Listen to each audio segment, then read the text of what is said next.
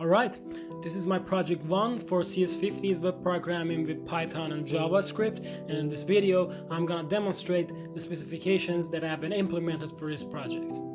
Number 1, by visiting wiki/title route, where title is the title of an encyclopedia entry, user will be presented with a page that displays the content of the entry. The title of the page includes the name of the entry, and if an entry is requested that does not exist, the user will be presented with a custom 404 page. Number 2, index page has been updated. It's more interactive now, and the user, by clicking on any of the items, will be taken directly to that entry page.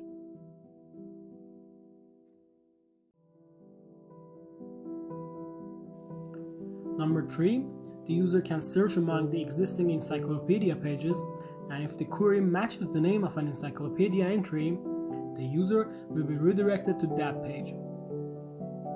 If the query does not match, the user will be taken to a search result page, and in this page, clicking on any of the entry names will take the user to that entry page. And also there is another 404 page in case that no match found.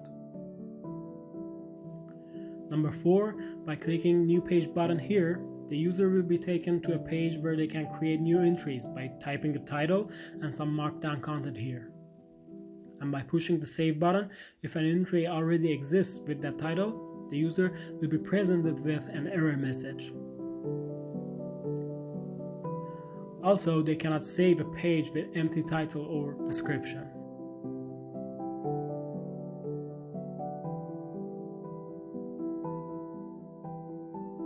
And if everything was okay, the user will be taken to the newly created entry page.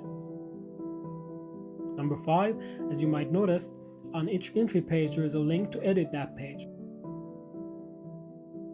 The text area has been pre-populated with the existing Markdown content. The title cannot be edited, and by clicking the Save button here, changes will be made and the user will be redirected back to the entry page. Number 6, by pushing the Random button, each time the user will be presented with a random page, chosen from existing pages. And for the final part, number 7, on each entry page, Markdown content has been converted to HTML before being displayed to the user.